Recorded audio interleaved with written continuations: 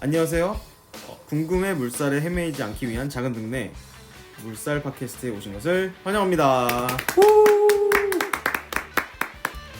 저희 팟캐스트는 UX, 비즈니스, AI, 데이터, 콘텐츠 등 주제를 가리지 않고 평소 궁금해왔던 모든 것들에 대해 이야기를 나누는 팟캐스트입니다. 정답을 낼 순 없지만 궁금한 것들이 있습니다. 그리고 살다 보면 궁금해해야 할 것들이 있습니다.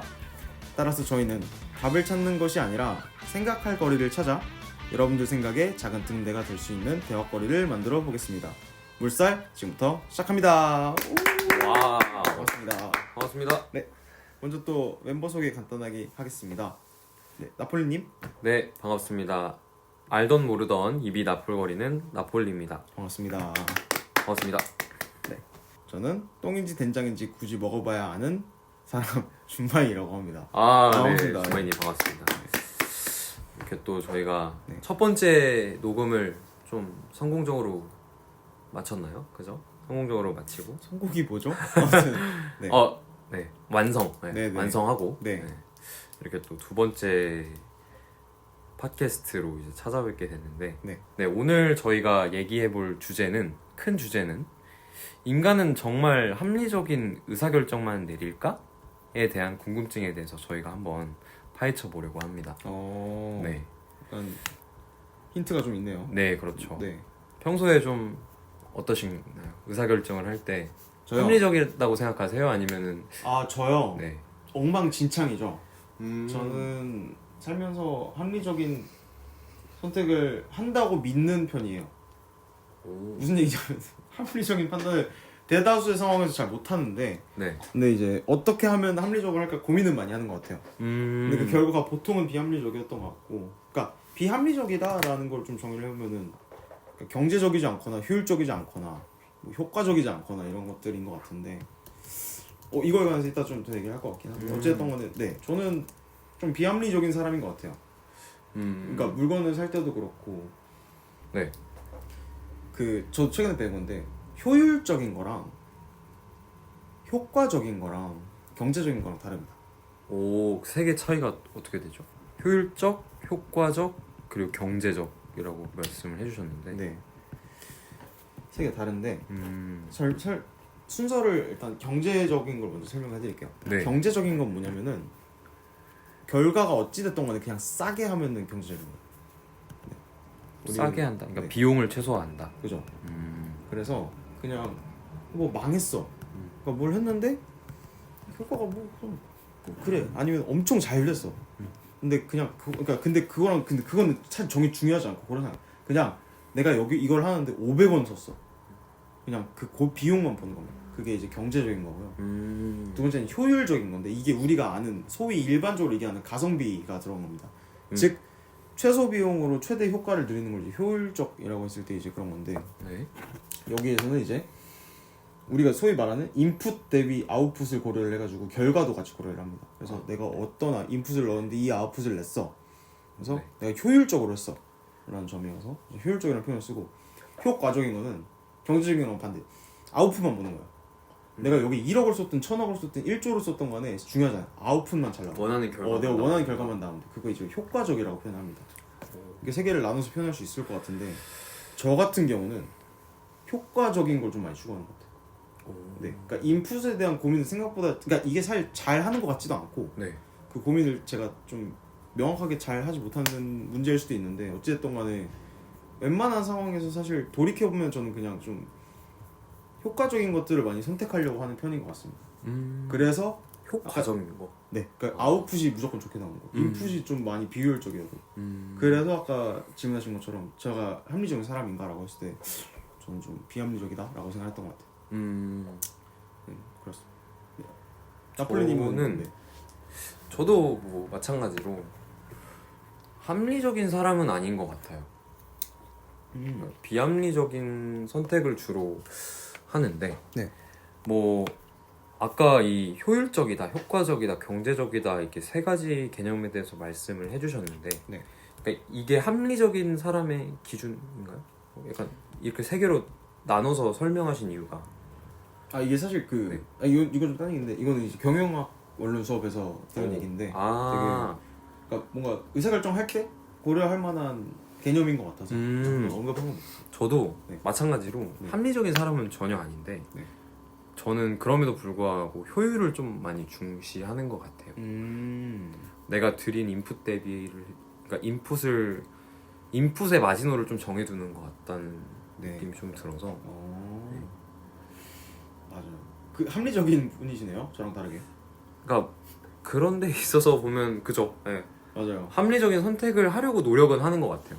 근데 제가 봐도 나폴리님은 정말 효율적인 분이신 것 같은 게 제가 전에도 이제 나폴리님한테 그런 얘기 되게 많이 했죠. 진짜 나폴리님처럼 살아야 된다. 인생 나폴리님처럼 이런 얘기 되게 많이 썼어가지고 과찬이십니다. 정말 효율적으로 산다는 게 무슨 느낌인지 잘 감이 오네요. 약간 그게 그건 것 같아요. 그러니까 저는 제가 생각했을 때 제가 체력이 막 그렇게 좋은 사람은 아닌 것 같거든요. 생각해보면 네네.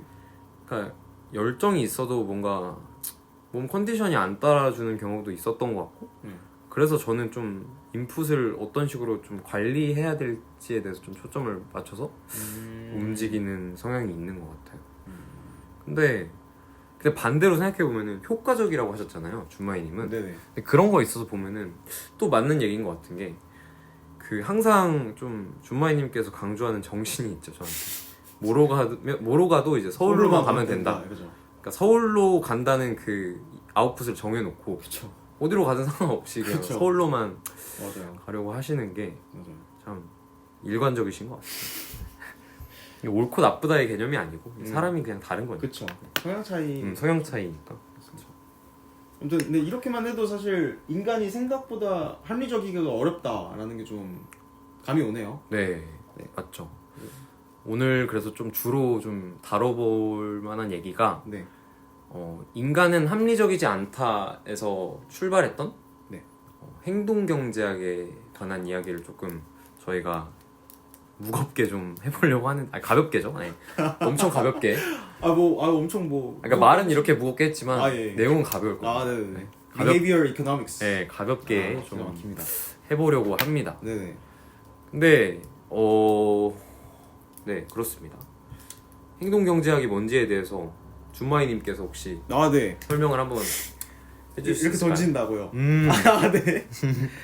아무튼 그럼 행동경제학이 뭔지 간단하게 설명을 하는 것부터 한번 시작을 해보도록 하겠습니다. 네. 굉장히 거창하게 시작을 해보겠습니다. 네. 일단 저도 지금 자료를 좀 보면서 해야 될 것 같은데. 일단 그러면 합리적인 인간에 대해서 이 구글의 AI한테 여쭤봤습니다. 바드, 네. 제미나이. 제미나이라는 네네. 이렇게 여쭤봤는데 네. 합리적인 인간이 무엇이냐? 네. 자신의 목표를 달성하기 위해서 가장 효율적인 방법을 선택하고 행동하는 존재를 합리적인 인간이라고 부른다고 합니다. 근데 이 합리적인 인간은 과거에 이제 고전파 경제학부터 올라가면서 이제 신고전파까지 이제 인간은 합리적이다라고 이제 주창을 했는데 네. 행동경제학에서는 그게 좀 바뀌었다라고 알고 있어요. 맞습니다. 그래서 거기에 대해서 지금 준마이님 일단 행동경제학은 개념적 정의부터 설명드리자면 인간의 심리적 특성을 경제학 이론에 적용시키는 학문이라고 보통 설명이 되는데요. 사실 되게 이제 국내에서는 좀 히트 친 게 한 2000년대 정확히는 2011년에 나온 이제 다니엘 카노먼 선생님의 작품 책 그 생각에 관한 생각을 통해서 이제 국내에서 되게 많이 알려졌고 이 개념이 국내에도 많이 퍼졌던 걸로 알고 있습니다. 근데 이제 다니엘 카노먼님께서 이제 노벨 경제학까지 수상을 하신 분인데 그 사실 이분이 지금 연세가 되게 많으시고 사실 저희가 지금 녹음을 하고 있는 날짜 기준으로 되게 최근에 돌아가셨어요. 별세로. 그래서 사실 좀 그런 이슈도 있고 했었어가지고 저희가 이런 주제를 잡았던 게 있었는데 아무튼 다니엘 카노먼님께서 1979년에 작성하셨던 이제 논문이 좀 행동 경제학에서 좀 큰 줄기를 잡았던 이제 사례였고요. 네. 그래서 조금 더 딥하게 들어가면은 행동 경제학이란 개념이요 2011년 아니 뭐 1979년 이때만 있었던 건 아닙니다. 그 전에도 사실 애덤 스미스까지도 가는데요. 애덤 스미스가 사실 국부론도 유명하지만 도덕감정론이라는 책도 쓰셨잖아요. 네. 이제 거기에서 이제 애덤 스미스 선생님께서 뭐라고 말씀하시냐면은 인간의 경제적 행동은 다양한 심리적 감정들에 의해 영향을 받는데 이러한 심리적 감정들은 이성적인 마음가짐으로 진정이 가능하다. 뭐 이런 문장을 하셨어요. 그러니까 여기서 중요한 건 뭐냐면 경제적인 어떤 행위에 심리적 요인이 들어가요 라고 아돌슨 스님께서 적어두신 거예요.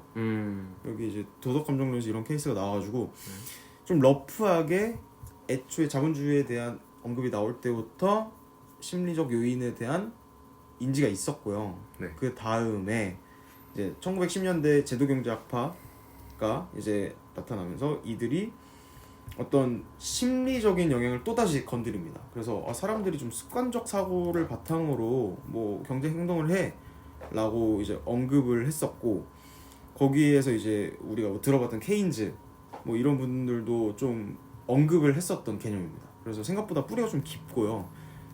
그리고 여기에서부터 쭉쭉쭉 오다가 정확히 그러니까 1958년 정도에 공식적으로 행동경제학이라는 단어가 사용이 됐습니다. 그러니까 즉 사실 생각하면은 사실 자본주의 시작부터 경제 활동에는 심리적 요인이 들어간다라고 좀 넓게 들어가다가 공식적으로 이게 막 논문이라든가 문헌에 사용됐다고 할 수 있는 건 1958년 그리고 이거를 이제 학문적으로 접근을 하게 했던 첫 논문, 그러니까 첫 논문이랄까요? 그러니까 마일스톤적인 논문 쓰신 분이 바로 다니엘 카너먼 이제 선생님이 1979년에 하신 거고요. 그래가지고 이런 역사를 가지고 있고 그리고 이제 비로소 2002년에 이제 노벨 경제학상을 받으셨고 저서로 이제 생각하는 생각이라는 저서가 2011년에 한국에 번역된 거 들어오면서 우리가 지금 2024년에 이걸 지금 다루고 있다라고 큰 줄기를 이해하시면 될 것 같습니다. 네. 이야, 감사합니다. 이게 대략적인 이제 히스토리라고 할 수 있고요. 그래서 조금 첨언을 하자면은 그 다니엘 커너먼 선생님께서는 이제 저도 이거 찾아보면서 알게 됐는데 연세가 굉장히 많으시거든요. 1930년대생이세요. 오, 네. 2차 대전도 겪으셨고 네. 되게 다사다난한 삶을 사셨는데 좀 특징이 있는 게 경제학상을 받으셨고 이제 행동 경제학을 만드신 분이잖아요. 근데 이제 그러니까 카너먼 선생님께서는 사실 심리학과 출신이시죠. 네. 수학과, 심리학과 이렇게 나오셔가지고 사실 되게 베이스가 약간 이해가 되죠. 그러니까 수학과와 이제 심리학과 이렇게 해가지고 행동경제학에 나오게 된 뿌리가 어떤 느낌인지 참 짐작이 가는 부분인 것 같고 그렇게 이제 많은 영향을 끼치시다가 이제 2024년 3월 27일에 이제 별세하게 되셔서 저희가 이제 그런 뭐 이벤트랄까요? 어떤 네. 본의 아니게 어떤 사례를 계기로 행동 경제학에 대한 얘기를 하면 어떨까라는 얘기를 하게 됐습니다. 네. 네. 행동 경제학 하면은 이제 또 빠지지 않고 등장하는 개념들이 몇 가지 있죠. 그래서 네.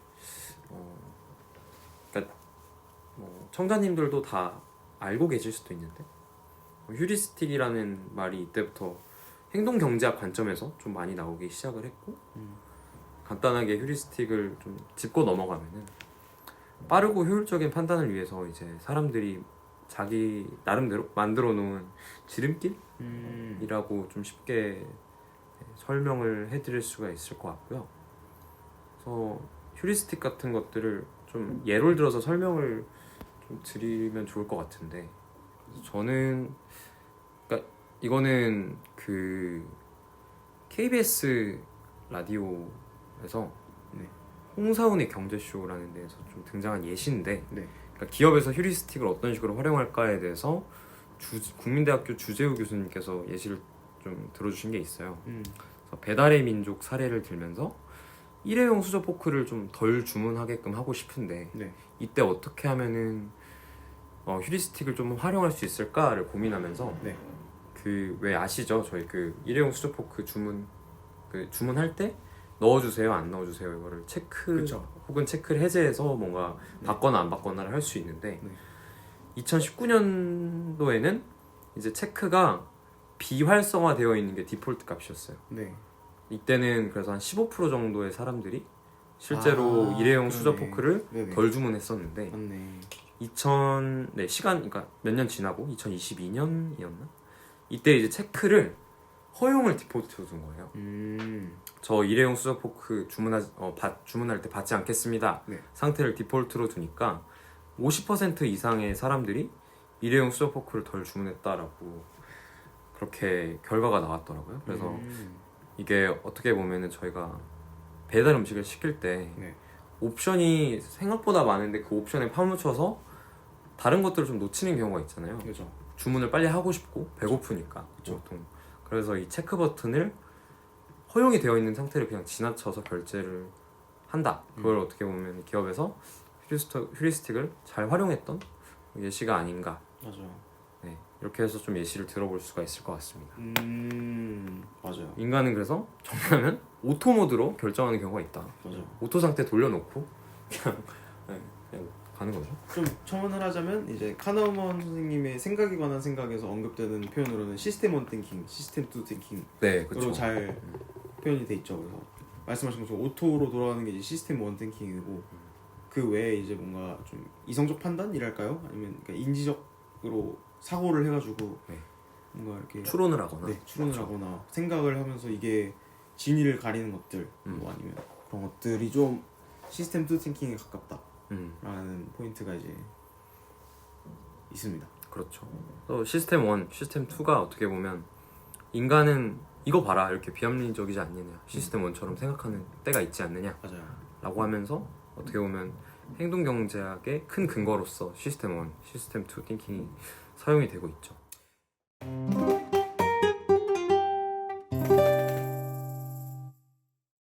사실 한 이쯤 얘기하고 좀 지금까지 들으면 지루하셨을 분들이 좀 있을 수 있을 것 같아요. 그죠. 저희도 솔직히 말하면서 좀 지루한 감이 없잖아 있었습니다. 끊을 때가 됐다.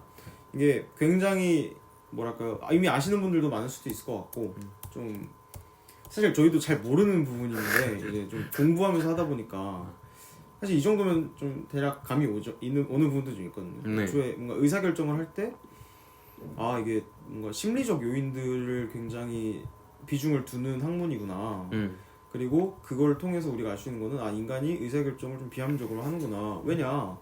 인간이 의사결정 할 때 보니까 다 그냥 그러니까 되게 고민하고 뭐 비교하고 이런 게 아니라 그냥 다 그냥 자동 사냥 모델. 자동 사냥 모드야 사람들이. 그러니까 막 진짜 진지하게 비교하고 계산하는 경우가 별로 없다니까 라는 게 사실 디폴트인 거죠. 그래서 사실 카너먼 선생님께서 이제 노벨상을 수상하셨던 그 1979년이었죠.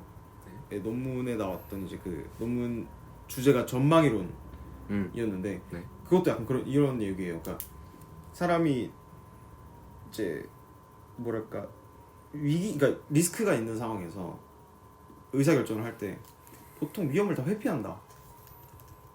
뭐 약간 이런 걸 그쵸. 뭐 그러니까 그런 건데 결과적으로 그 위험을 회피했는데 그게 어떻게 되냐면 예를 들어 뭐 60%의 확률로 1,000원을 받겠습니까? 아니면 500원을 받겠습니까? 라고 했을 때 실험을 해보니까 사람들이 60% 확률로 1,000원 받을 바에 나는 그냥 500원 받을래 라고 하는데 사실 그러니까 이게 사실 제가 비유가 맞는지 모르겠는데 이 계산을 해봤을 때 사실 이분이 실험한 상황에서는 웬만한 상황에서 확률적인 그 상황들이 더 혜택이 많았거든요. 근데 그럼에도 불구하고 이제 계속 확실한 이득만 취하려는 경향이 있더라. 이게 인간이 그러면은 우리가 뭐 일반적인 경제학에서 얘기하던 합리적 인간이 맞냐? 아니 본인에게 이득이 되는 걸 취해가는 게 이제 경제학의 기본 전제인데 이 합리적 인간이 맞는 건가? 라는 이제 질문을 던지는 연구였습니다. 그래서 참 아무튼 그래서 비합리적인 인간을 까발린 학문이라고 할 수 있을 것 같고요. 네. 여기까지 하면 이제 저희가 학문적으로 이게 어떤 아이디어인지 좀 공감이 됐을 것 같다는 생각이 좀 드네요. 네. 그래서 맞아요. 뭐 어떤 식으로 더 얘기를 끌어가야 될지 고민이 되는데. 그래서 네. 자 폭탄을 하나 던지려고요. 네. 던져주시죠. 네. 폭탄. 저는 개인적으로 그래서 하고 싶었던 말이 있는데 이게 요즘 뭐랄까요 마케팅, UX 뭐 기타 등등 분야에서 이 이론이 굉장히 잘 적용된 사례가 많습니다. 앞서 말씀하신 것처럼 뱀 있는 사례도 마찬가지고요. 근데 악용되는 케이스가 사실 있거든요. 거꾸로 생각을 해볼게요. 네. 회원가입을 하는 절차에 있어서 개인정보 수집 동의에서 선택을 디폴트로 해놨어요. 네. 그러면 좀 아차차 문제가 많을 것 같아요. 가입을 했는데 내가 선택하는 걸 그러니까 선택이 돼 있는지를 그냥 모르고 확인을 그러니까 알고 있었어도 그냥 넘어가 버렸던 거예요. 이런 케이스가 있을 수 있죠. 그죠? 이게 맞나? 음. 하던 케이스가 일단 저는 생각이 들었고요. 음. 그리고 이제 뭐 예를 들어 사실 앵커링 뭐 이런 뭐 효과 같은 걸 또 얘기를 해보면은 제품을 딱 처음 봤을 때 100만 원짜리 제품을 보여준 다음에 이제 30만 원짜리 50만 원짜리 제품 보여주면은 처음 본 100만 원 때문에 그 다음에 본 제품들이 다 싸 보이는 거잖아요. 그죠? 그리고 이제 거꾸로 생각하면은 처음에 5만 원짜리 3만 원짜리를 보여주면은 그 다음에 보는 100만 원짜리가 엄청 비싸 보이는 거예요. 약간 이런 것들이 있어가지고 굉장히 이제 뭔가 실제 산업군에서 전략적으로 많이 쓰고 있는데 저희는 소비자잖아요. 그쵸. 소비자. 소비자 입장에서 사실 좀 이게 어떤지. 기만하는 것도 좀 있지 않나? 라는 생각이 좀 들긴 합니다. 그러니까 이게 전략적으로 기업의 매출을 위한 어떤 수단으로서 인간의 심리학적 요인을 활용하는 것은 굉장히 고도화된 좋은 전략이라고 생각이 드는데요. 소비자의 입장으로서 불편한 감이 없지 않아 있는 것 같습니다. 오. 네. 행동경제학을 활용해서 이윤을 챙기고 있는 기업이 왜냐면 저는 사실 마음에 들지 않는다. 이런 케이스가 사실 좀 보이었던 게 좀 있거든요. 어떤 케이스가 있을까요? 그러니까 방금 말한 배민도 사실 마찬가지고 이게 실제 사례가 사실 있어요. 제가 지금 배민 예시를 들어서 지금 살짝 발작 버튼 누른 것도 있을 수 있는데 혹시 뭐 당한 적이 있나요? 그렇죠. 제가 배민 주문하잖아요. 네. 항상 일회용 일회용 숟가락 젓가락을 저는 항상 까먹어요. 체크를 해제를 안 한다. 네. 그래서 항상 제가 배민으로 뭘 시키면은 친구들이 저한테 지탄을 하거든요. 너 그거 안 눌렀지? 배달 왔는데 이제 젓가락 없다. 숟가락 없다. 네, 그런 경우가 저도 몇 번 있어요. 근데 특히나 난감한 게 네. 야외에서 그렇죠. 뭐 한강에서 뭔가 시켰다던가 맞아요. 아니 뭐 학교에서 뭐 시켰는데 맞아요. 없어버리면 손으로 먹기도 애매한 음식이 맞아요. 진짜 애매하거든요. 볶음밥 같은 거 맞아요. 나오면 사실 숟가락은 찾기 더 어렵거든요. 맞아요. 이게 네. 사용자 경험이 저해돼요. 그쵸. 그런 포인트가 좀 있었어요, 사실. 그러니까 어떻게든 뭐 찾아서 먹었죠. 음식이 와왔으니까 뭐 편의점이라도 가서 사왔는데. 그러니까 이게 좀 사실 전략적으로 잘 읽어줘. 기업에서는 뭔가 뭐 보도자료를 냈거나 뭐 이렇게 맞아. 뭐 할 때는 뭐 우리가 이렇게 지구를 아꼈다라고 할 수 있겠지만 좀 황당한 케이스도 없지 않아 있는 것 같아요. 이런 사례 중에서도. 그래서 또 제가 예시로 들고 싶은 그 효과, 네. 뭐 인지 편향 뭐 이런 것들 중에 하나가 네. 프레이밍 효과라고 많이 말을 하죠. 그래서 어떤 건가 설명해 주세요. 프레이밍 효과라는 게 이제 네. 조삼모사 같은 거예요. 쉽게 얘기하면 그러니까 같은 얘기라도 어떤 식으로 꾸며내는지에 따라서 사람들이 그거를 이제 다르게 느끼는 거죠. 그래서 일예로 그러니까 몇 가지 옵션이 이렇게 주어졌어요. 그 준마이님께. 근데 이제 부킹닷컴에서는 네. 뭐 여러 가지 뭐 숙박을 중개하는 그런 서비스가 있는데 저는 좀 그런 경험을 많이 했던 것 같은 게 부킹닷컴에서 이 프레이밍 효과를 이용해 가지고 넛지 마케팅을 계속 해요. 그래서 딱 들어가면은 몇 군데 보고 있으면 갑자기 슬며시 나오죠. 현재 몇 명이 이 뭐 호텔을 보고 있어요. 뭐 몇 자리밖에 안 남았어요. 남은 객실이 몇 개예요. 이렇게 해가지고 이게 몇 개 남지 않은 상황을 좀 유도하게끔 해가지고 서둘러서 뭔가 예약을 해버리게끔 하는 게 이제 포모를 자극시켜서. 네, 그렇죠. 오씨 너무 놓치면 안 될 것 같은데 약간 이런 식으로 해서 결제를 딱 해버리는 게 그게 한 프레이밍 효과의 예시인데 굉장히 많죠. 그러니까요. 이런 것도 좀 굉장히 굉장히 많은데 저는 그런 데에 있어서 조금 나도 모르게 결제해버리는 경험이 있거든요. 그러니까 네. 합리적으로 생각할 수 있음에도 불구하고 그런 것들이 있음으로써 그런 것들이 기제로 작용을 해가지고 비합리적인 선택을 해버리게 되는 경우도 있었던 것 같아서 네. 저는 그 부킹닷컴의 예를 좀 말씀을 드리고 싶네요. 그래서 근데 좀 그러면 역으로 질문 드리고 싶은 게 네. 만약에 나폴리님께서 네. 그 부킹닷컴에서 그 뭐랄까요 팝업을 보셨음에도 불구하고 안 사셨을 수도 있잖아요, 나블링들. 그쵸. 근데 그걸 결국 구매하신 거잖아요. 맞아요. 그 말인즉슨 애초에 구매 의향이 되게 높으셨던 거 아닐까요? 그러니까 원래 사고 싶었는데 그냥 그게 뭔가 도화선에 불을 지피는 거였지 않았을까요? 어차피 살 거 아니었을까라는 생각이 좀 들긴 하는데 이런 맥락에서는. 그죠, 맞죠. 그러니까 만약에 대안이 하나밖에 없으면 그럴 것 같긴 해요. 만약 부킹닷컴에 갔는데 뭐 진짜 원하던 뭐 네, 일본을 검색했는데 네네. 숙소가 하나 나와요. 그러면 사실 그거는 제가 구매 의향이 100% 있는 사람으로서, 그러니까 일본에 가고 숙박을 예약해야 되는 상황으로서 네. 거기는 무조건 사야 되는 거잖아요. 네. 근데 이제 상품이 되게 질비하게 있는데 뭐 조금만 내려가면 다 경쟁이 붙어 있고 입찰을 시키니까 그렇죠. 그게 좀 그런 거지 않았나? 라는 생각이 저는 좀 들어요. 사실 부킹닷컴뿐만 아니라 이제 여러 뭐 교육 쪽에서 되게 많이 쓰는 전략이고 그죠? 네. 그러니까 그리고 아니면은 저기 커머스 쪽에서도 이제 뭐 몇 개 남았다 수량 몇 개 뭐 품절 임박 홈쇼핑. 그쵸. 홈쇼핑도 완전 많이 쓰는 네. 전략인데 사실 이게 좀 사실 구체적인 사례를 하나를 말하기가 되게 어려울 정도로 여러 도메인에서 되게 복합적으로 되게 많이 쓰고 있어요 사실. 그러니까 조금 더 까놓고 거꾸로 말하면은 원래 이 정도를 했었는데 그게 더 적극적으로 변하는 모양새에 가깝다고 저는 느끼거든요. 네.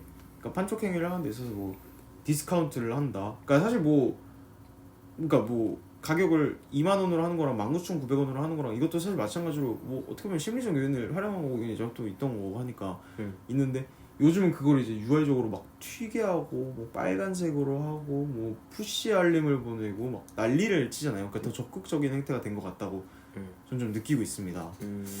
근데 약간 여기서 저는 좀 궁금하긴 한 게 좀 진짜 궁금한 게 사람들이 무뎌질 때가 되지 않았나? 저는 좀 무뎌진 것 같다고 생각을 하거든요. 그러니까 뭔가 약간 그 아까 예시 들어준 사례에서 뭔가 지금 뭐 몇 자리 남았어요 혹은 뭐 몇 명이 보고 있어요 같은 식으로 빨리 사야 될 것 같은 어떤 그 fear of missing out, FOMO를 네. 감을 주는 것들이 있다고 쳐도 저는 속으로 아니 뭐 그냥 가짜 아니야? 뭐 진짜로 설마 보고 있겠어? 맞죠. 라고 생각하면서 좀 지나치는 경우가 좀 있었거든요 실제로. 그래서 네, 그러니까 이 이론들이나 이런 전략들이 사실 굉장히 지금 특히 한국에서 핫해진 지가 10년 넘어가고 있는 거니까 그리고 되게 많이 잘 사용을 해왔으니까 이제 소비자들도 얼추 눈치를 채지 않았나? 라는 느낌이 좀 들긴 하거든요. 근데 물론 뭐 그렇지 않겠습니까? 예전에 비하면은 많아졌다라는 말이 좀 더 맞는 것 같은데 그죠? 네. 이게 어떻게 보면은 이런 거는 어떻게 보면은 내가 한 번 속지 두 번 속냐가 될 것 같은데 네. 그 인간의 귀차니즘을 자극하는 그런 행동경제학적인 관점에서 그러니까 그런 효과도 있다고 이제 제가 검색을 통해서 확인을 했는데 현상유지 편향이라는 그런 개념인데요. 그러니까 쉽게 얘기해서 결제 처음에 무료고 그 기간 종료됐을 때 이제 자동적으로 결제를 할 때 그러니까 하게끔 하는 그런 플로우에서 네. 인간이라면 현상 유지 편향을 가지고 있기 때문에 약간 유료로 전환되는 상황에서도 귀차니즘을 못 이기고 그냥 결제를 하게 되는 그런 경우도 있다라고 해요. 네. 그래서 말씀하신 것처럼 저희가 어떤 귀찮진 않잖아요. 그런 부킹닷컴 같은 경우에 약간 한번 보고 이게 만약에 이런 프레이밍 효과를 이용하는 거구나 라고 인지를 하면 좀 피하기가 쉬울 것 같은데 네. 인간의 본질적인 귀찮음을 약간 좀 이용하는 그런 행동경제학적인 그런 효과를 좀 벗어나기엔 저는 좀 어려울 것 같긴 해요. 저는 원래 좀 귀찮음이 좀 있는 사람이어서 그런지 몰라요. 그러니까 맞아요. 그러니까 무슨 얘기인지 알 것 같아요. 근데 사실 생각해보면 이 카너만 선생님께서 노벨 경제학상을 왜 받았냐면 그리고 한편으로 이 가치를 생각을 해보면은 이미 우리가 응당해왔던 것들에 대해서 간단 명료하고 납득 가능하고 굉장히 학문적으로 가치가 있는 수준에서 설명을 해주신 거잖아요. 그렇죠. 그렇죠. 네. 그러니까 아담 스미스가 그 1700년 때부터 말은 해왔지만 다들 그냥 뭐 그럴 수 있지라고 느꼈던 거를 카나운 선생님께서는 야 실험해보니까 이래 라고 그 특성을 그냥 설명을 해주신 거예요. 그 이후로 이제 우리가 그거를 그러니까 설명이 되면 우리는 이제 이거에 대해서 이해를 할 수 있고 이해가 되면 응용을 할 수 있어가지고 지금 굉장히 이거를 고도화된 상태에서 응용이 되고 있는 걸 우리는 지금 겪고 있는 거죠. 그렇죠. 그렇기 때문에 사실 말씀하신 대로 벗어날 수 있다는 표현이 맞는지 모르겠어요. 그냥 원래 그런 건데 그냥 이걸 설명하는 사실 이론인 거죠. 그죠? 네. 그런 거라서 그래서 벗어날 수 없다도 동의가 되고요.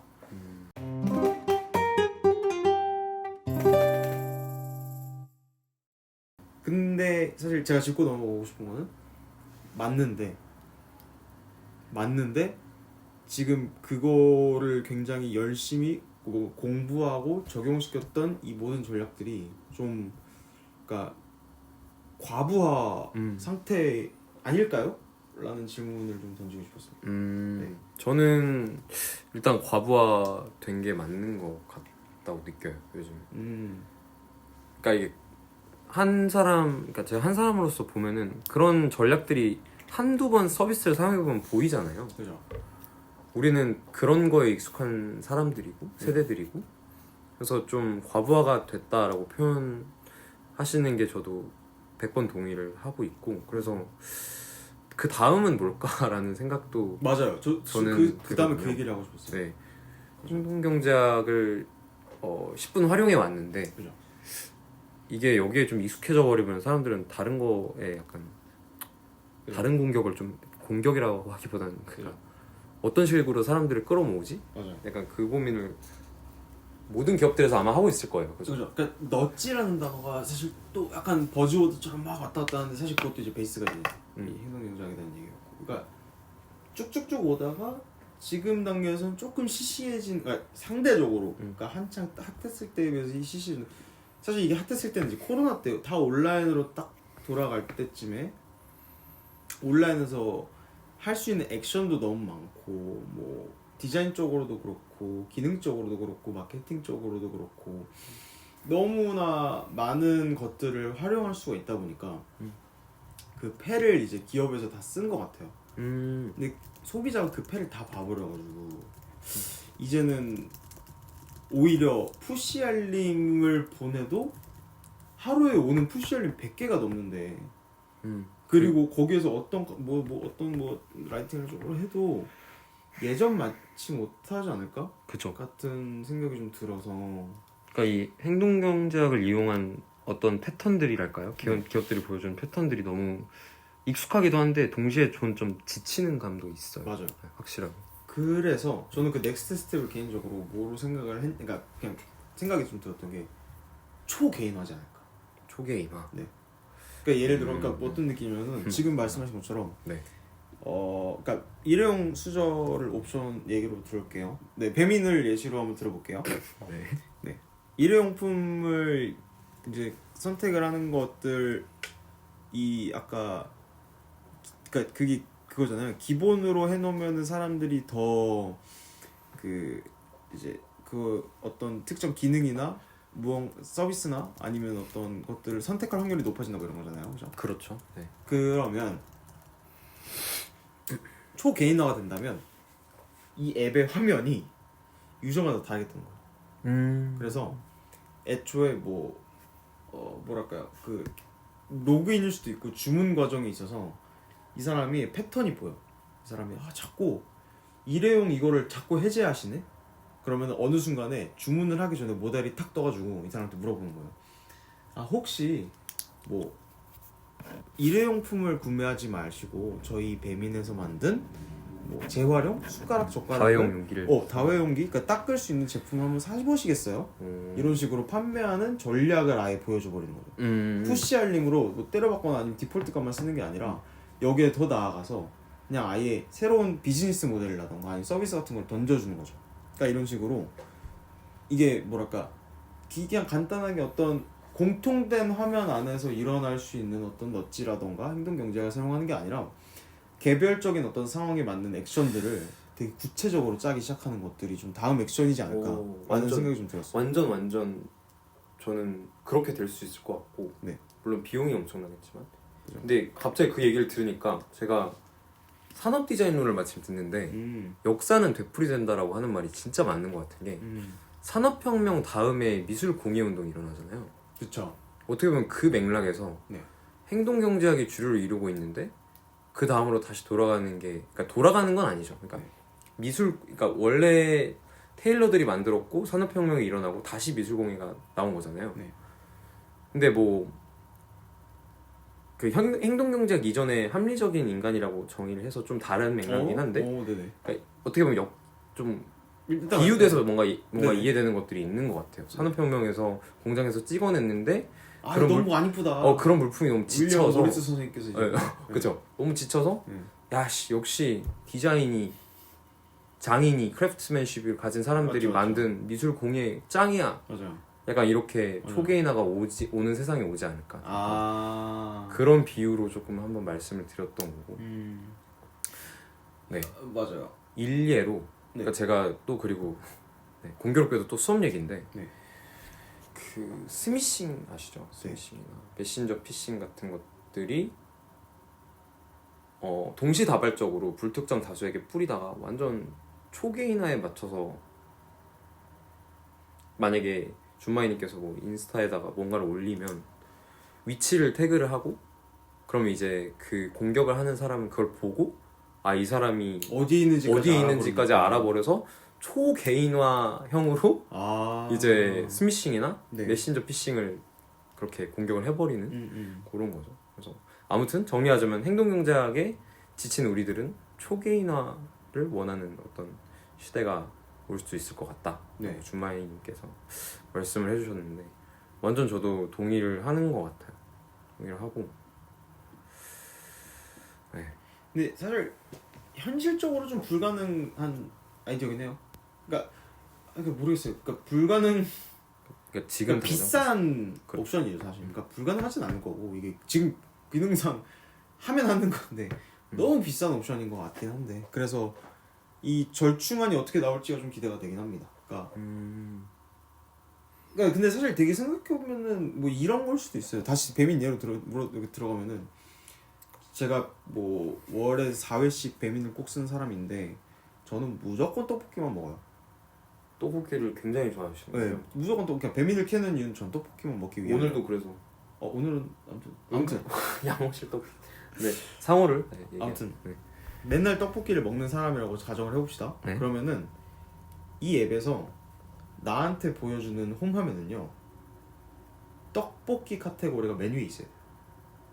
지금 어떻게 돼 있죠? 혹시? 그냥 그 순서대로 가겠죠. 음. 그러니까 모르겠어요. 뭐 실제로 적용되고 있는지 모르겠는데 뭐 그런 것들. 그리고 뭐 송금 앱 같은 거, 뭐 토스 같은 거 예를 들면은 내가 자주 쓰는 기능들 같은 것들을 뭐 내가 커스텀할 수도 있고 아니면 앱이 알아가지고 이런 걸 자꾸 누르니까 우선순위가 바뀐다던가 뭐 이런 식으로 사실 그러니까 다른 면에서는 사실 커스텀을 제한할 수도 있을 것 같고 아니면 추천을 해줄 수 있을 것 같아가지고 이런 식으로 앞으로 자잘한 좀 움직임들이 앱 내에서 보여질 것 같기는 해요.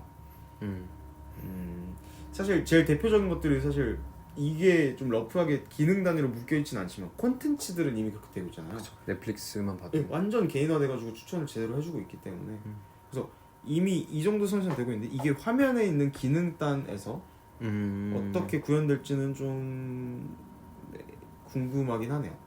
화면에 있는 기능단이라고 하면 어떤 약간 아예 그냥 저희가 보고 있는 앱 화면 자체가 UI 자체가 좀 바뀔 수 있다 개인마다 위치부터 해서 약간 그렇죠. 버튼의 크기도 막 바뀌고 그렇죠. 그렇게 될 수도 있다. 그러니까 예를 들어 사람마다 그러니까 약간 그런 거죠. 어떤 거를 뭐 디자인을 한다고 했을 때 아니면 기능을 만든다고 했을 때 보편타당하게 평균적으로 사람들이 많이 쓰는 것들로 계속 이동할 거 아니에요.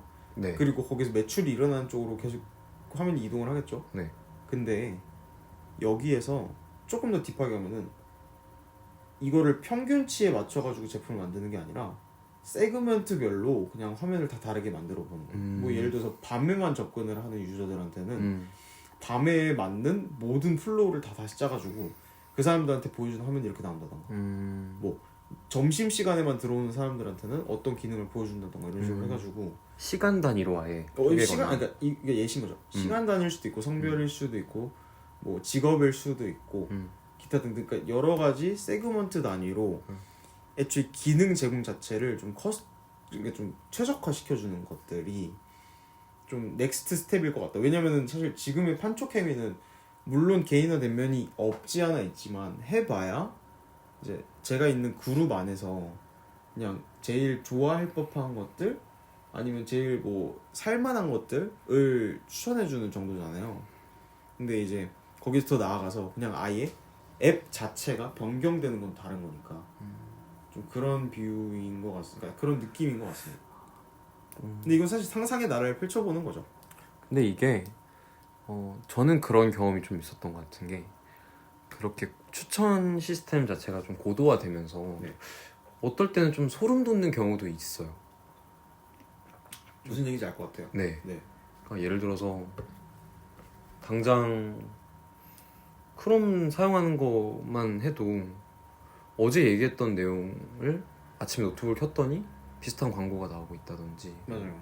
그런 것들이 정말 많잖아요. 인스타 같은 경우에도 제가 뭐 예를 들어서 뭐 내가 하나 오늘 인강 들어야 돼가지고 뭐 SQL 공부를 하기 위해서 뭔가를 검색을 했는데 그날 아침에 인스타를 보면은 SQL 광고로 도배가 돼 있다던가 네.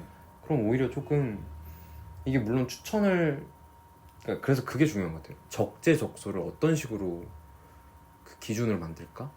사람들이 어떻게 하면은 좀 소름 끼치지 않고 자연스럽게 좀 추천을 스며들게끔 할 수 있을까에 대해서 고민을 좀 많이 할 필요가 있고 지금도 많이 하고 있지 않을까라는 생각이 들어요. 그래서 준마이님께서 네. 생각하셨을 때 네. 아 이런 건 좀 소름 돋았는데 이런 건 좀 괜찮았다. 뭐 혹시 그런 사례가 있었을까요? 생각하시는 게? 아, 네. 사실 지금 말씀하신 거 듣고 좀 생각을 하고 있었는데 네. 저도 소름이 돋았던 적이 분명히 있죠. 그러니까 음. 약간 어떤 케이스가 있었냐면은 그러니까 정확히 아이템이 그거였는지는 기억이 안 나는데 아마 저 군대 얘기를 하고 있었거든요. 아마 군화 얘기를 그때 엄청 얘기했어요. 제 기억에. 네. 누구랑 얘기했는지 기억이 안 나는데. 네. 근데 그때 아마 그러고 나서 크롬을 켰는데 그 옆에 추천 상품 그 쿠팡 추천 상품인가에 군화가 계속 떴던 걸로 기억하거든요. 그쵸. 네. 그러니까 근데 소름 돋게 잘 떠요 진짜. 근데 그게 나중에 근데 저 MB 어디 뉴스를 봤었는데 이게 좀 사람들이 와 소름 돋는다 이걸 해가지고 그 취재를 했었는데 이게 그 약관 동의를 저희가 이미 했더라고요. 그러니까 안드로이드였을 것 같은데 그 안드로이드 폰을 사잖아요. 그럼 안드로이드 안 써보셨죠? 예전에 써봤는데. 네. 근데 뭐 아이폰은 비슷해요. 아이폰을 딱 하면은 그 헬로가 싹 뜨고 헬로가 뜨잖아요. 네. 애플 로고 딱 했다. 네. 헬로 뜨고 넘기고 뭐 이렇게 애플 아이디 만들고 뭐 이런 거 있잖아요. 네. 그러니까 그 단계에서 이미 이런 것들이 다 동의가 끝났더라고. 당신의 목소리랑 위치랑 이런 것들 수집할 수 있는 이런 것들이 그러니까 조항에 다 이렇게 길게 terms and 뭐 policy에 다 있는데 우리가 그냥 그걸 안 읽은 거더라고요. 네. 그러니까 근데 사실 그래 이것도 아까 말한 행동 경제학을 잘 사용했지만 반대로 소비자 입장에서 불편한 포인트죠. 왜냐면 그러네. 이미 디폴트로 거기에 써 있고 우리는 동의를 할 수밖에 없는 상황이니까 그냥 선택을 한 건데 우리는 소름 돋는다고 느끼니까. 맞아요. 그 아까 뭐 안드로이드 관련해서 얘기를 해주셨는데 네. 근데 이게 애플에서는 네. iOS에서는 비교적 좀 최신에 약간 도입이 된 서비스거든요. 그러니까 그 iOS 안에 ATT라고 이제 애플 트랜스퍼런트 T는 기억이 안 나는데 그러니까 광고 추적 시스템인 거예요. 그래서 2020년에 이제 도입이 됐는데 그래서 이제 개발자들이 사용자들의 활동을 이제 드디어 좀 추적을 할 수 있게 되었고 이 추적을 하는 거에 있어서의 목적은 오로지 광고를 타겟팅하는 것에만 초점이 되어 있거든요. 이게 아직도 논문을 보다가 좀 봤는데 이게 ATT라고 이제 줄여서 말을 하는데 이 추적 시스템을 끄고 킬 수가 있습니다. 그래서 잠깐 보여드리면 그러니까 네. 폰 내에서요. 네 설정에서 네. 일반의 iOS 일반의 설정 일반에 들어가면은 네. 이제 일반이 아니군요. 개인정보 보호에 들어가면은 추적이라고 나와 있어요. 위치 네. 서비스 밑에. 네. 그래서 저도 최근에 알았는데 이거를 디폴트 상태는 원래 꺼져 있어요. 네. 근데 제가 활용을 할 때가 있어가지고 네. 켜서 이제 이게 쌓인 것들인데 네. 그래서 이제 이런 것들 이 앱에서는 당신의 이제 핸드폰을 사용하는 뭐 기록들을 사용해서 광고에만 좀 효율적으로 너가 원할 만한 광고만 추천해서 알려줄게 라고 이제 요약을 할 수가 있겠죠. 네. 그래서 주마이님께서도 iOS를 사용하고 계시니까 네. 이 기능이 켜져 있는지 꺼져 있는지는 좀 확인을 좀 해보시면 좋을 것 같네요. 근데 이게 사실 쿠키랑도 되게 관련된 문제잖아요. 네. 그러니까 이게 앱 추적 허용이 2020년에 되게 뜨거운 감자잖아요. 네, 그렇죠. 그러니까 iOS로 들어온 사람은 더더욱이 사실 추적이 안 되는 것들도 있었고, 그래서 이제 제가 사실 그 과도기에 있었는데 그때 제가 마케팅 인턴 하고 있었는데 구글 애널리틱스를 딱 켰어요. 근데 그 원래는 그 유입되는 그래도 고유값 같은 것들이 그냥 러프하게 나오고 뭐 이렇게 기기 같은 것들이 나오고 해가지고 좀 정렬이 잘 돼 있었는데 어느 날 출근을 하고 GL을 딱 켰는데 이게 뭐 알 수가 없는 정보들이 막 나와요. 그러니까 막 다 시간도 막 100인가 0인가 막 이렇게 돼 있고 막 아이디도 엄청 이상해요. 그래서 나중에 검색을 해보니까 이게 아이폰으로 들어온 사람들은 그게 다 박살이 나가지고 분석을 못 하게 되더라고요. 근데 그 수가 좀 많았어요. 그래서 그때 그러니까 이건 나중에 한 거고, 그래서 그때 약간 그냥 러프하게 팀장님이 약간 저기 뭐 준마님 이거 한번 뭐 뭔지 알아보세요 해가지고 제가 간단히 검색해 보니까 알고 보니까 그때 이제 쿠키 허용이 안 돼가지고 GA에서 그냥 박살난 코드 그대로 던져주는 게 있었거든요 실제로. 그래가지고 그때 아무튼 근데 그래서 이게 사실 소비자들은 느끼기에 와 내 개인 정보를 이제 선택할 수 있게 되네라고 느끼지만 기업 입장에서는 되게 불리하기도 하거니와 이게 사실 우리가 지금 모든 인터넷은 거의 크롬한테 지금 독식당하고 있잖아요, 그죠? 크롬을 쓰는 사람들이 네. 그리고 휴대폰도 우리가 지금 살 수 있는 제조사가 몇 개 없잖아요. 네. 얘네가 정해준 룰 안에서 저희는, 그리고 얘네가 갖고 있는 데이터가 그냥 저희는 그냥 얘네가 동의해주면 동의하는 거고 동의 안 하면 동의 안 하는 거고 약간 얘네한테 그냥 다 던져주고 있는 거거든요. 그 말인즉슨 기업은 기업 특히 웹사이트로 서비스를 하고 있는 기업들은 크롬한테 데이터를 요청하지 않으면 저희에 대해서 알 수 없는 거고 이렇게 되는 거, 쿠키에 대해서. 그래서 구글은 그러면 그 광고주들한테 돈을 더 받을 수 있게 되는 거죠. 고객 데이터를 구글이 갖게 되니까 쿠키 같은 것들. 그래서 중간에 막고 있으니까. iOS도 그럼 마찬가지고. 이런 식으로 오히려 더 사실 애플, 구글 같은 기업들의 기업이 더 기대게 되고 돈을 더 많이 내게 되는 현상도 발생을 하게 됩니다. 그렇죠. 네. 그래서 근데 그렇게 되는 게 사실 뭐 소비자 입장에서 뭐 어쩌라고 내 개인 정보 지켜준다는데 난 좋아라고 하지만 정말 좋을지는 생각을 해봐야 되는 게 판촉 행위를 하기 위한 비용이 올라가는 거고. 그렇죠. 전반적으로 돈을 버는 거는 구글, 애플인 거고. 그러면 기업에서 비용이 올라간다? 마진율이 낮아지죠. 그렇죠. 제품값이 떨어질 리가 없죠. 그렇죠. 소비자에게는 가격으로 바로 체감이 되죠. 그렇죠. 네. 그러니까 이게 사실 전반적으로 큰 사이클로 봤을 때 최상위 포직자인 구글, 애플이 가장 행복한 구조인 거고 그 밑에 기업들은 사실 울며 계정하기로 돈 더 쓰게 되는 거고 그러면 울며 계정하기로 값을 좀 올리게 되는 거고 그러면 소비자도 사실 피해를 살짝은 보게 되는 구조긴 한 거예요. 근데 직접적으로 그게 막 압도적인 비용을 내는 건지 뭔지는 모르겠지만 구조상 이제 그렇게 이해가 될 수 있다는 점이 있어가지고 네, 마냥 저는 그러니까 이런 거를 사실 조치를 할 때 저희한테 말을 할 때는 항상 당신의 개인정보 지켜드리겠습니다 라고는 하지만 큰 그림에서 봤을 때는 그렇게 이쁜 그림은 아닌 것 같아요. 그러니까 약간 그런 느낌이죠. 그러니까 개인 정보, 그러니까 큰 기업이 개인 정보를 독식해가는 약간 그런 구조. 그쵸, 좀 이제 느껴지는데. 네. 네. 그러니까 쿠키 허용 못하고 대신 보고 싶으면은 니네가 알아서 결제해가지고 예, 하면 내가 약간 다 해줄게. 그런 느낌? 까줄게. 네. 약간 이런. 약간 사실 자기네들 정보, 그러니까 개인 순전 개인의 정보인데 이제 그걸 무기 삼아서 이제 그죠. 그걸 팔고 사고 하는 약간 그런 게 썩 달갑지만은 않은 것 같아요. 저도 맞습니다. 물론 편한 것도 있었는데 맞아요.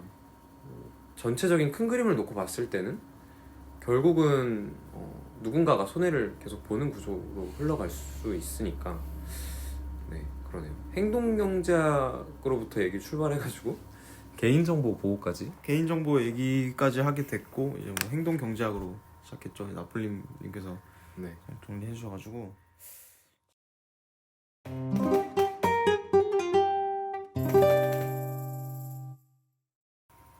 오늘 정말 많은 얘기 나눴는데 조금 간단하게 그냥 러프하게 요약을 하자면은 행동 경제학은 이제 예전부터 언급이 되었던 건데 이제 다니엘 카너만님께서 이거를 학문적으로 이제 정립을 하셨다라는 점, 그리고 거기에는 굉장히 많은 효과가 있고 뭐 언급하셨던 것처럼 뭐 프레이밍도 있고 뭐 앵커도 있고 앵커링도 있고 뭐 기타 등등 여러 가지 효과들이 있고, 그리고 인간은 생각을 할 때 이제 시스템 원 띵킹, 즉 자동적 사고를 통해서 뭐 무의식적 이로 판단을 하는 경우가 굉장히 많다. 따라서 인간은 생각보다 비합리적이다 라는 얘기를 했었던 것 같습니다. 그래서 나아가서 여기서 우리가 사례들을 몇 개 얘기를 하면서 얘기가 좀 텅텅 튀어가지고 마지막에는 이제 앱 개인정보 얘기까지 어떻게 여기까지 흘러간지는 잘 모르겠네요. 야, 이게 참 대화가 재밌네요. 네. 여기까지 흘러갔고 의식의 흐름이 참 대단한 것 같습니다. 네. 이쯤에서 슬슬 그냥 마무리를 해도 괜찮을 것 같아요. 네. 소감 한마디씩 하면서 네. 어떤 느낌이셨는지 나폴리님 먼저 한번. 저는 네 항상 행동경제학을 공부해봐야지 하고 이제 몇 년이 됐는데 이제 드디어 조금은 좀 알게 된 것 같아서 되게 유익한 시간이었고 네 아티클을 봤는데 이제 어제는 18만 원짜리 호텔 뷔페 먹는 내가 오늘은 5천 원짜리 도시락을 먹는 이유가 행동경제학에서 나왔다는 게 좀 재밌었고요. 아, 네네. 네 행동경제학 관점에서 생기는 패턴들을 우리가 조금씩 익숙해져 간다는 게 되게 저도 느끼는 고민점이었고, 그렇죠. 네. 그 이후에 어떤 수단, 어떤 전략들이 있을까에 대해서 준마이님이랑 좀 재밌게 얘기를 나눈 것 같아서 성자님들께서도 한번 생각해 보시면 좋을 주제인 것 같아요. 맞아요. 행동경제학의 다음은 뭐가 될까? 맞아요. 네. 초계인화는 사실 이미 스타트를 끊었고 이게 더 어떤 식으로 고도화가 될지에 대해서 그쵸. 얘기를 해보면 더 재밌지 않을까? 맞아요. 고민을 해보면 더 좋지 않을까 하는 생각이 오늘 들었습니다. 아, 좋네요. 사실 나폴리님 말씀하신 거 들으면서 또 다른 어떤 효과가 생각이 나는데. 오, 네. 그러니까 효과라기보다 그러니까 지식의 저주. 지식의 저주라는 게 있어가지고. 설명 간단하게 한번 네. 해줄까요? 지식의 저주란 우리가 뭘 하나 알고 나면은 다시는 우리가 그걸 모르는 상태로 못 돌아가요. 그게 이제 무슨 얘기냐면은 우리가 왜 이게 뭐랄까 과열됐다, 과포화됐다라고 느끼냐, 이 어떤 행동 경제학 관련된 이론들을 마케팅에 쓴다는 거를 한번 인지하는 순간부터는 그것들이 보이기 시작하고, 네. 그래서 그것들이 더 이상 새롭지 않고 더 이상 효과적이지 않게 되는 것 같아요. 그러니까 이게 정확히 지식의 저주랑 뭐 맞물린지 모르겠는데 아무튼 뭔가 그런 면에서 참 기업들에서도 많은 고민을 해야 될 것 같고, 소비자 입장에서도 이제 어떻게 하면은 더 나한테 유리한, 내가 나름 그래도 합리적인 결정을 할 수 있을까라는 고민을 해야 될 것 같다라는 생각이 좀 들었고요. 네, 그렇고요. 저는 개인적으로 소감을 말하자면은 사실 행동경제학이라는 분야를 그냥 좀 되게 재밌어서 처음 들었을 때는 되게 진지하게 항상 들었었어요. 막 무슨 뭐 책도 막 뭐 생각이 가는 생각, 그 테드 강의 중에 그 전에 뭐 언급했긴 했는데 댄 에리얼리 선생님 막 영상 찾아보고 뭐 넛지 뭐 이런 거부터 시작해가지고 뭐 휴리스틱 그리고 뭐 효과들 막 외워보려고 하고 막 메모하려고 하고 했었는데, 그리고 사실 나중에 돌이켜서 생각해 보면은 또 그런 케이스도 있었어요. 이게 직접적으로 행동경제학에 대한 얘기를 하는 건지 몰랐는데 나중에 생각해보니까 이게 그거를 기조로 한 얘기였다라는 거. 그러니까 그러니까 사례를 들자면 스틱이라는 책이 있어요. 네. 어떻게 하면은 우리 머릿속에 딱 달라붙는 메시지를 보낼 수 있을까. 사실 그 책에서 쓰는 모든 어떤 이야기들이 이 행동 경제학적인 원리를 적극 활용하거든요. 광고 관련된 그 글 관련 카피 관련인데 약간 이런 카피. 그러니까 뭐 잠깐 소개를 하자면 약간 그런 내용이에요. 그 도시괴담 있잖아요. 네. 뭐가 있을까요? 도시괴담 우리가 생각할 수 있는 게 뭐 저기 옥수역 귀신, 뭐 지하철을 타고 퇴근을 하던 길에 뭐 집에 걸어가고 있었는데 저기서 누가 나타나가지고 뭘 했다더라. 뭐 아니면은 뭐 어느 뭐 청량리역에서 뭐 무슨 노숙자가 있는데 뭐 이런 도시괴담 같은 거 있잖아요. 네. 웃긴 게 되게 디테일하게 사람들이 다 기억하거든요. 그 스토리에 대한 모든 디테일과 그것이 줘야 되는 감흥 같은 것들을 사람들이 계속 구전이 돼가지고 잘 전달이 돼요. 스틱이 그렇게 시작하거든요, 책이. 왜 우리가 광고를 보고서 그렇게 많이 까먹는데 이 도시괴담들은 돌고 돌지? 이게 이제 그 책의 질문인데. 재밌네요. 그래서 이제 여기서 얘기하는 게, 그러니까 뭐 이게 그 책에서 하나로 그 책 그 얘기만 하는 건 아니지만 뭐 스토리텔링의 중요성 약간 이런 것도 있거든요. 같은 얘기를 해도 이걸 이야기로 얘기를 할 때랑 그냥 말로 할 때랑 다르다. 뭐 이런 비유를 이렇게 얘기를 하기도 하는데 아무튼 뭔가 여러 면에 있어서 사실 행동경제학은 알면 정말 좋은 것이고 상식적으로 알아도 정말 좋다. 그리고 이거는 특히 마케팅 혹은 뭐 사실 UX도 정말 적극적으로 활용을 할 수 있는 분야인 것 같고, 네. 그러니까 특히 사람과의 어떤 교류를 통해서 무언가를 얻어내야 되는 분야에서는 정말 중요한 개념인 것 같습니다. 따라서 청자분들도 혹시 들으시다가 이게 이미 아시는 분들도 전 많을 거라고 생각을 하지만 근데 혹시 조금 새로운데 혹은 잘 몰랐는데 얘네가 왜 이렇게 말을 얼버무리지? 같은 부분도 있었으면 좀 개인적으로 더 공부해 보시는 걸 저는 좀 추천드려요. 저 같은 경우도 사실 잘 모르거든요. 근데 상식 수준에서 사실 그래도 좀 알려고 하다 보니까 되게 많이 보였던 것들이 있어가지고 그냥 그리고 이게 효과가 되게 많아요. 그러니까 효과가 많다는 게 그러니까 여기에서 말하는 뭐 휴리스틱 관련돼 가지고 어떤 자동적 판단을 일으키게 하는 어떤 효과들, 뭐 아까 말했던 프레이밍, 앵커링 뭐 이런 것들에 대해서 주르르 계속 나오는데 다 외우긴 어려워요. 근데 그럼에도 불구하고 이런 걸 알게 됐을 때 보이는 것들이 굉장히 많았기 때문에 저는 혹시 관심이 생긴 청자분이 계신다면은 꼭 한번 찾아봤으면 좋겠다. 네, 그래서 혹시 그리고 나아가서 이거에 대해서 얘기를 해보고 싶다 하시면은 저희 팟캐스트에 참여를 하셔도 괜찮고요. 아니면 아니면 댓글로 그냥 소감 남겨주셔도 좋고 아니면 뭐 코멘트로 말씀해 주시면 좋을 것 같습니다. 사실 더 반기는 건 이제 그거 아닌데요? 틀렸어요. 그쵸. 같은 것들 좀 정정해 주시는 것도 저희는 되게 열려 있거든요. 진짜. 열려 있을 수밖에 없죠. 저희가 좀 가방끈이 짧아서 틀린 것들이 굉장히 많을 거예요. 그래서 더닝크루거 효과. 그죠. 저희가 더닝크루거 효과라는 저희가 조금 알고 있기 때문에 자신감이 초심자가 가지고 있는 그 높은 자신감을 저희가 100% 지금 다 겪고 있는 상황이기 때문에 여러분들의 어떤 피드백이 저희 모두의 성장에 도움이 될 수 있다는 점 생각해 주셨으면 좋겠습니다. 아무튼 그럼 오늘 여기까지 하고요.